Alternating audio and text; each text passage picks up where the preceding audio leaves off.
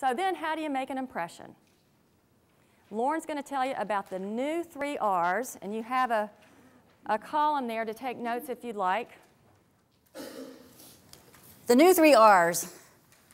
I have a funny relationship with this because this is the first thing we did at the protocol school, and when I saw this, I kind of rolled my eyes and thought, oh, please, I'm not in for a week of gimmicks, because this felt very gimmicky and self-helpish.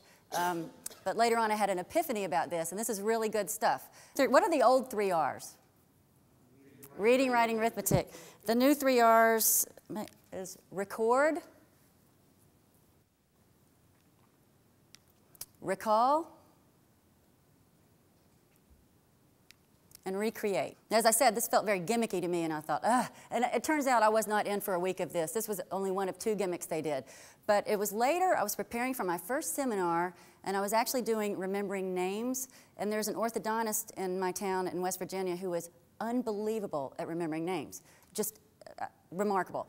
And I called her and said, Donna, I'm going to be doing seminars in this now. What are your secrets? And she said, honestly, Lauren, I really don't have a secret.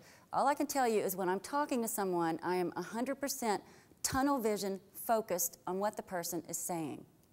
And that's when I realized what she's doing. Here's an example of what she did. My daughter had her braces put on, and I think we might have seen her one other time, and we ran into her probably 3 months later unexpectedly at a restaurant. And of course, the name, she's great. Hi, Sage. Hi, Lauren. You know, not tentative or anything. But then she went one further and said, Sage, didn't you just get back from a trip up north? And I thought, my gosh, we saw her one time 3 months ago. And we did. We had just gotten back from dog sledding. What she was doing when we were telling her about dog sledding, she was recording it. You know what she wasn't doing? The minute we said we're going to northern Minnesota to dog sled, she wasn't doing what all we would be doing is thinking about, oh, I've got to tell her about the husky that lived down the street from me growing up. She doesn't have that inner talk that we do when someone's talking to us. You admit we're preparing our next statement. You can't record if you do that. And this is something I meant to say this at the beginning. Just hearing me say this, you're not going to leave this room being able to do this. This is something you have to practice consciously because we all do that. So when we were telling her about going dog sledding, she was recording it. So that at some point she recalled it and she recreated it in the lobby of this country club where we saw her. And I was impressed. And the way this will help you, if you have an interview and you're called back for a second interview, you can show that you were listening in the first interview. There's always going to be small talk. The first interview, hey, how was your trip here? How's the weather? There's always going to be some kind of small talk. If you get called back for the second interview and you say, well, tell me, did you ever figure out what was wrong with your dog's eye? You're going to outclass the person coming in after you because it shows that you remembered, you were paying attention. And that kind of thing is really impressive. I don't remember what's... Okay. So that's record, recall, recreate. We all have a presence. Everyone has a presence. Usually my presence is kind of frantic and really loud and fast. Other people have a quiet, dignified presence. There's several things that make up your presence, and you can make your presence a little more impressive. The first thing, your eye contact. In this country, eye contact should be 40 to 60% of the time, and we'll talk about that exact eye contact in a minute. Any less than 40%, and you seem kind of shifty, like you're hiding something, more than 60%, you feel like you're putting the person under a microscope. The entrance you make, now this is, when I do these seminars, I'm doing them for established business people. I've never done one for people looking for a job, so I was telling Megan it would be kind of creepy doing the entrance. This is talking about the entrance at a convention or a big... Networking, okay. If you're going to be networking, then this will come in handy. Studies have shown, this is really interesting, one of the most important things you do at a convention or a seminar even, you know, any kind of conference, is enter the room. Do you know why? No one ever knows. I didn't know why. No one knows. It's because they've done studies and everyone watches the door. They're constantly watching the door. You're there to be seen and see people. Take advantage of that. You want to make a strong entrance. And the example of a strong entrance is a strong entrance is not just walking in like this and heading straight. You know, powerful people don't do that. You want to get good posture. You walk in the room. You take a couple of steps to the right and you pause. You look around the room. Anyone just pretend to make eye contact with someone. But step to the right and pause and get a feel for what's going on. And the way you introduce yourself, Do we have hi and hello? Is that a different slide? Okay. Okay. The way you introduce yourself with confidence and you don't stumble, and your people skills. This is your small talk. There's a slide, but I'm going to say it now because I just find this remarkable. There was a study done out of Harvard, the Stanford Research Institute, and Carnegie Mellon, and they came up with this statistic. 15% of the reason you were going to go out there and get a job and keep a job and advance in your job is based on your technical skills. So in Megan's case, what a good social worker she is, or trainer. 15%. 85% of the reason you're going to get a job, keep the job, and advance in the job is based on your people skills. 85%. Okay, eye contact. In a business situation, you want to train your eyes. Picture a triangle right here, and this is where your eye contact should be, 40 to 60% of the time. You want to keep your eye contact right here. Once you start moving down, it's indicating that a social relationship is developing, and that's not as professional. I don't know if you can see the triangle very well. As you get further down, you start looking further down, the other person will too, and that's when an intimate relationship is happening, and that's definitely not professional. So for you, focus, a triangle right here, eye contact 40% of the time.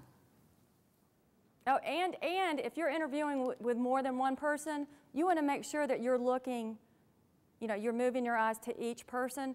One of the biggest issues I've seen is someone's very nervous, and they see the friendliest face, and they're focusing all their answers and dialogue with that one person.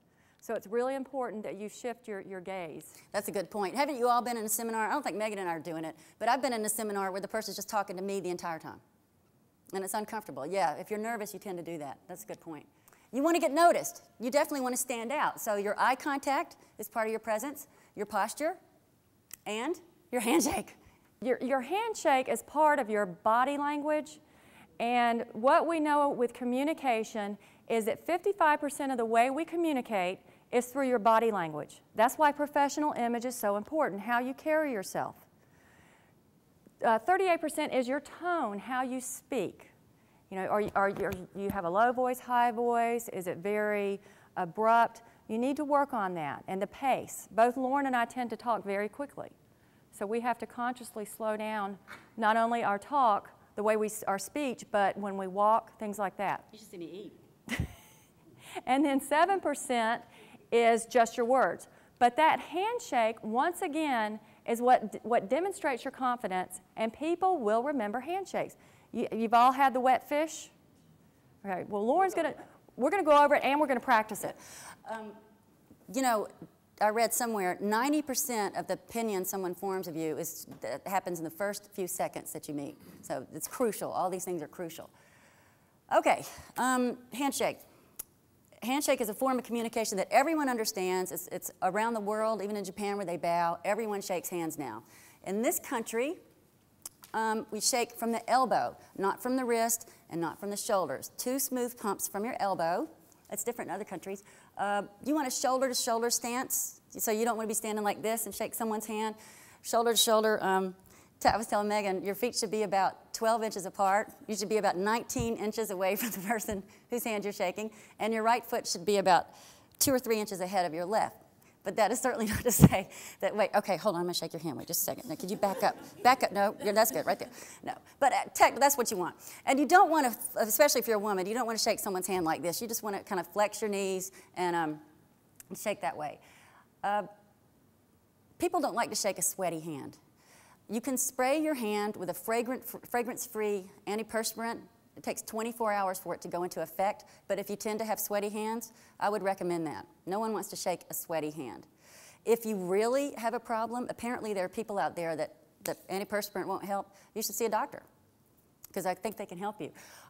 Speaking of wet hands, and you don't have this here, if you are at a seminar or a conference, convention, your right hand should always be free.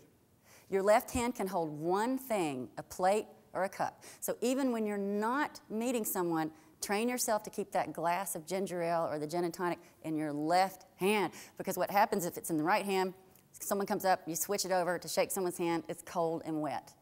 That's hard. That's really hard to train yourself to do. And that's going to be important if you decide to network and go to some of the Rotary Club. Different clubs that you may go to to try to network, it's important to know some of these things. Don't wear a big ring. You know, I took this off because it interferes with a good handshake and it starts to hurt. I like Bath and Body Works as much as anyone, but honestly, Jim, you don't want to walk around after shaking my hand smelling like Midnight's grapefruit passion, right? Just avoid the lotions, the smelly lotions before you go. Awareness alert. We're all old enough, this will probably all happen to us at least once. You go to shake someone's hand and the person is missing his right arm or doesn't have a right hand. Try to be aware of that, and in that case, you let that person make the first move. He or she might put the left hand out. In that case, you shake with your left hand.